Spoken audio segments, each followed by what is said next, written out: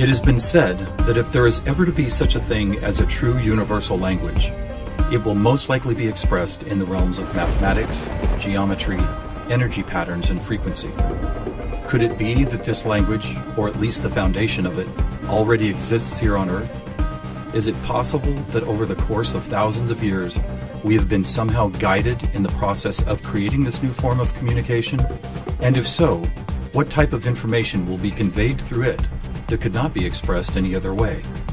In the search for answers, we must be prepared to trek through both time and space, to open our eyes and minds wide enough to notice compelling coincidences, and to stand back far enough to see if the building blocks of some kind of mathematical, spatial, frequency-based language emerge.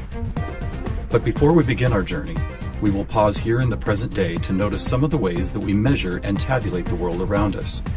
This is an important step, for how we count and measure things can be as revealing as why we count them. First, we will take a look at the way we measure time. For all practical purposes, the smallest unit is 1 second, and we all know it takes 60 seconds to make a minute, and then 60 of these minutes to make an hour. This hour, of course, is the unit by which we divide our days, and these days become months, years, decades, centuries, and so on. Speaking of 60, let's take a moment to notice that all geometry, whether it is 2 or 3 dimensional, is also derived from base 60 mathematics that provide the foundation for a 360-degree circle, which in turn provides us with all the angles and formulas for creating virtually every shape known to humankind. Now let's look at how many cultures from all over the world have chosen to count and group things. Right away, we see that we have been attracted to the number 12. 12 eggs in a dozen, 12 months in a year, 12 inches in a foot, 12 signs of the zodiac. Strangely, whether it's tallying disciples or mythical gods, the number 12 appears often in the telling of our greatest stories about ourselves. And what about distance? Your local town might be measured in meters or other units, but when we talk about measuring our planet, the standards we all use revert back to base 60 units of miles, minutes, or geometrical degrees. Are you noticing the pattern here? We seem to be encountering a lot of 12s and 60s. Are they related? And if so, how? To answer that piece of the puzzle, we must travel roughly 5,000 years back in time to visit the ancient Sumerian culture of Mesopotamia, for here is where our 1260-based math comes from.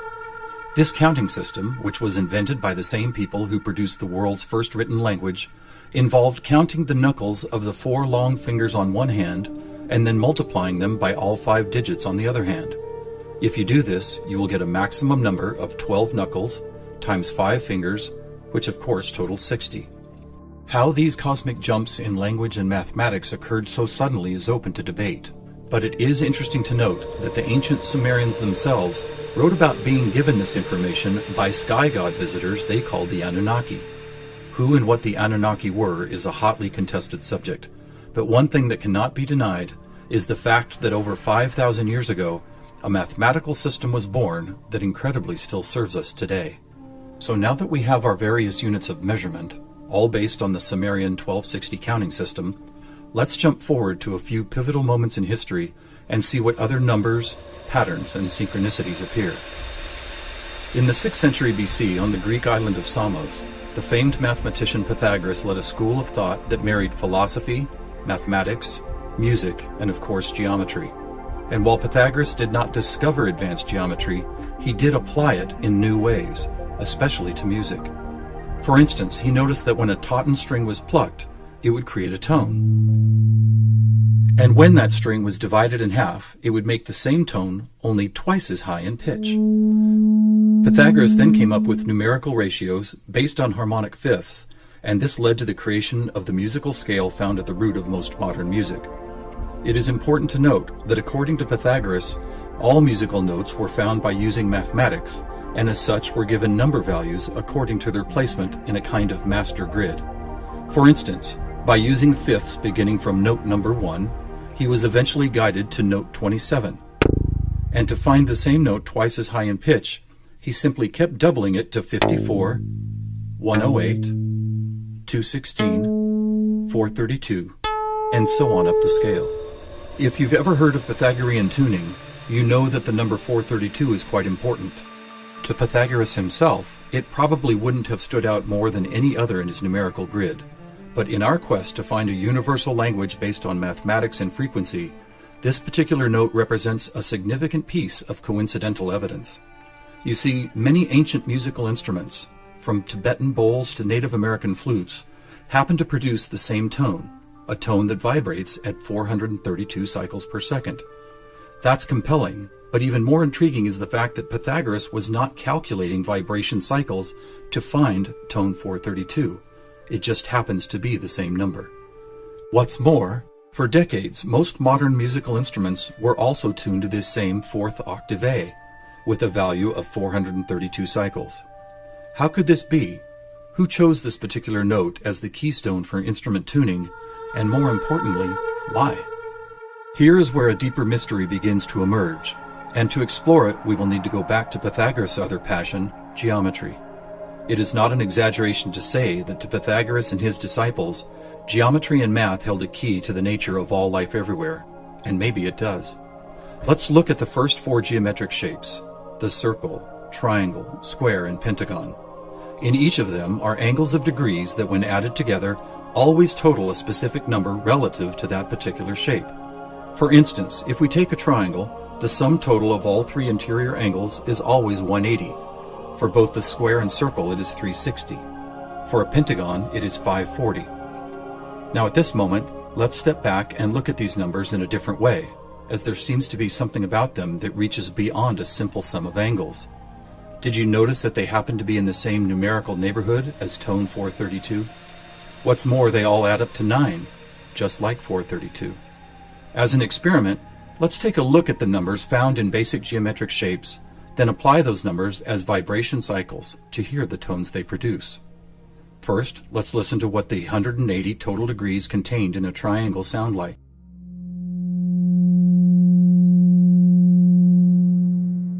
And here's a squares and circles 360 in cycles per second. A perfect octave up from the triangle. What about the pentagon at 540? That sounds like a harmonic fifth of the other two. That's interesting. What are these tones? They are F sharp and its perfect harmonic fifth of C sharp.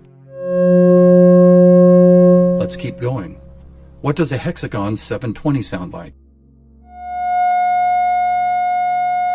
Another F sharp. Here's a seven-sided septagon, which totals 900. This is an A sharp, which happens to be the note required to complete an F sharp major chord in perfect three-part harmony.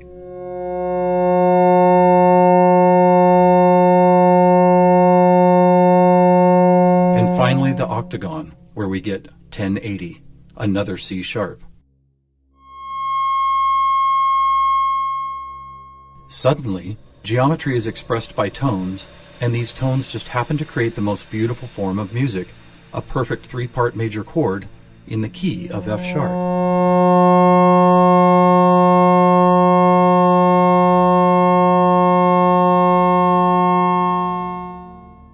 Is this something we've been missing for years? Is it important?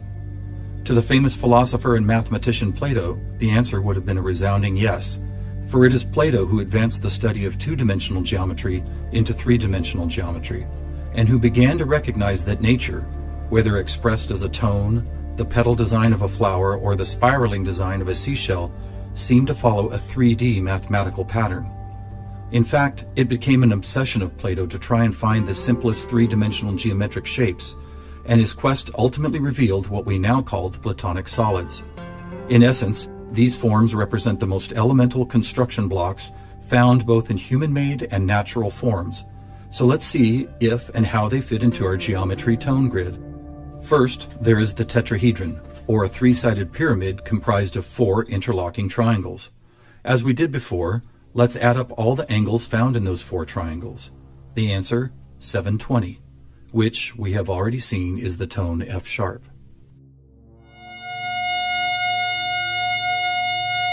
Next, we have the cube, whose six 360-degree squares totals 2160.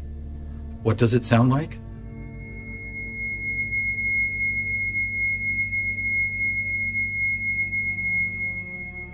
2160 is a high C sharp, and as you will see later, a very interesting number for other reasons as well. Next up is the octahedron.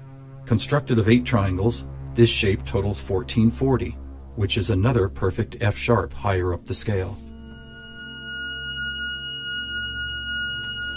The icosahedron is made up of 20 triangles, so the total number of degrees is 3600. As a tone, 3600 vibration cycles create the A sharp needed to complete yet another F sharp major chord that sounds like this.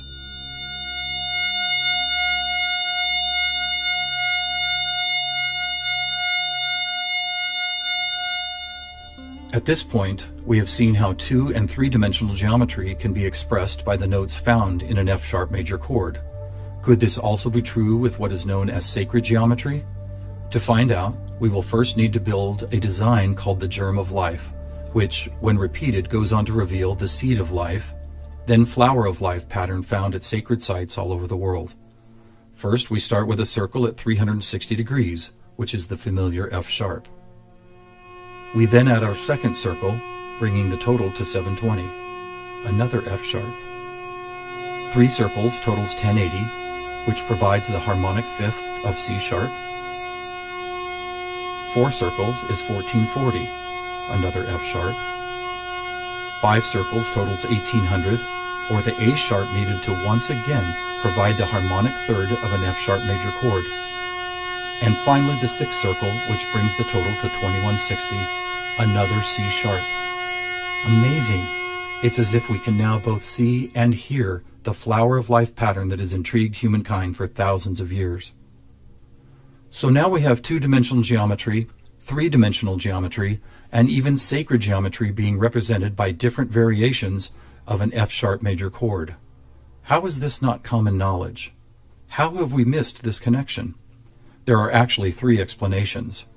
1, for reasons ranging from the mundane to the conspiratorial, musical instruments are no longer tuned to an A vibrating at 432 cycles per second, but rather 440. 2, modern tuning calls for equal temperament, which no longer adheres to Pythagoras' whole number simplicity. And 3, the tuning method required to reveal geometric shapes is based on a mathematical grid rather than mathematical ratios. This grid, if it had a name, would probably be called something like factor 9, because the number 9 is found not only in the sum of every note on the grid, but also as the number required to move up or down the scale. For instance, if we started at note A at 216 cycles, all we would have to do is add or subtract the number 9 to reveal all the other tones in that octave. And it is here, on this incredible factor 9 grid, that we find not just some of our geometric numbers, but all of them. Conversely, modern A440 tuning reveals not one correlation to geometric numbers. Now let's go back for a moment and take a look at one of these numbers, 2160, the number expressed by both the cube and the germ of life pattern. You may have already noticed that without the 0, it is exactly half of our magic 432. That's worth noting. But what is even more intriguing is the way this number keeps showing up in other large-scale measurements. To discover one of these measurements, we will need to jump forward from Plato's time to when the Mayan civilization was flourishing. Roughly 1500 years ago, Mayan stargazers were the most accomplished astronomers the world had ever known. Their concept of cyclical time led to many incredible discoveries: the accurate length of a year, the exact dates of seasonal changes, even the moments when solar and lunar eclipses would occur. But their most amazing discovery was of something known as the precession of the equinox, which makes note of a very slow wobble of Earth's axis.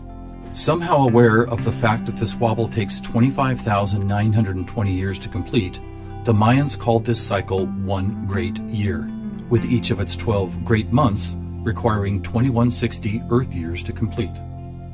And what about this? Did you know that the diameter of our moon, when measured in miles, also happens to total, you guessed it, 2160? Lastly, watch what happens when we apply simple division to this highly synchronous number. 2160 divided by 2 is 1080, the angle sum of the octagon. By 3, 720, the total of the hexagon. By 4, 540, the pentagon. By 5, Are you ready? It's the ketone of 432. And by 6, 360, the number of both the square and circle. All F sharps and C sharps, with our 432A thrown into the mix, as if it were some kind of clue to solving a cosmic riddle. Maybe we should look at this number even more closely. As we've stated, our closest celestial neighbor, the Moon, is 2160 miles across, and 216 is exactly half of 432. What about the other large object in our sky? Were you aware that our Sun is 864,000 miles across? Incredibly, where the Moon's base number sequence is half of 432, the Sun's number sequence is exactly twice 432. And do you know how many seconds there are in a day? 86,400, or 43,200 for the 12 hours of day, and 43,200 for the 12 hours of night. Or try this. Take the 360 degrees found in the circular shape of our Sun and Moon, and then multiply it by the 12 hours of either day or night. The answer, 4320. Or how about this? What is the only whole number that when squared comes to within 0.01% accuracy to measuring the speed of light? 432. What is going on here? We have all these different things: Earth cycles, time and celestial measurements, geometry, sonic frequency, yet they are all represented by the same numbers over and over again. To answer that, we must search for the factor common to all of them, and that common factor is the 5,000-year-old Sumerian 1260 counting system.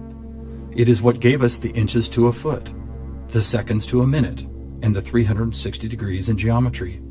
It's almost as if the sky god visitors, who the Sumerians called the Anunnaki, provided humanity with a counting system that would lead to the discovery of these synchronicities. Could it be that the number 432 really is some kind of cosmic key that unlocks a language of higher understanding? And if so, have these sky visitors ever been back to make sure we don't miss the importance of the 432 matrix? One possible answer can be found in the story of a man named George Van Tassel, a respected aeronautical engineer who believed he was contacted by extraterrestrial beings in the early 1950s. During this encounter, Van Tassel said he was provided with a mathematical formula that could be used for everything from time travel to sound frequency healing, and which he used to build the world-famous Integratron near Joshua Tree, California. What is this formula? It is F equals 1 over T, or frequency equals one particular something divided by the number of time. Well, what if that one something was the biggest one on our planet, the one great year of 25,920 discovered by the Mayans? And what if the number for time was the most logical choice of 60? Suddenly, this mysterious equation is expressed as frequency equals 25,920 divided by 60. Are you ready for the answer? It's 432. Not only the frequency that instruments all of the world have been tuned to for thousands of years, but also the number that reveals the synchronistic nature of life on this planet. Noticing all these coincidences revealed by the 432 matrix and the Sumerian counting system, we must wonder if other ancient cultures were aware of them as well. Just scratching the surface, it would seem that they were.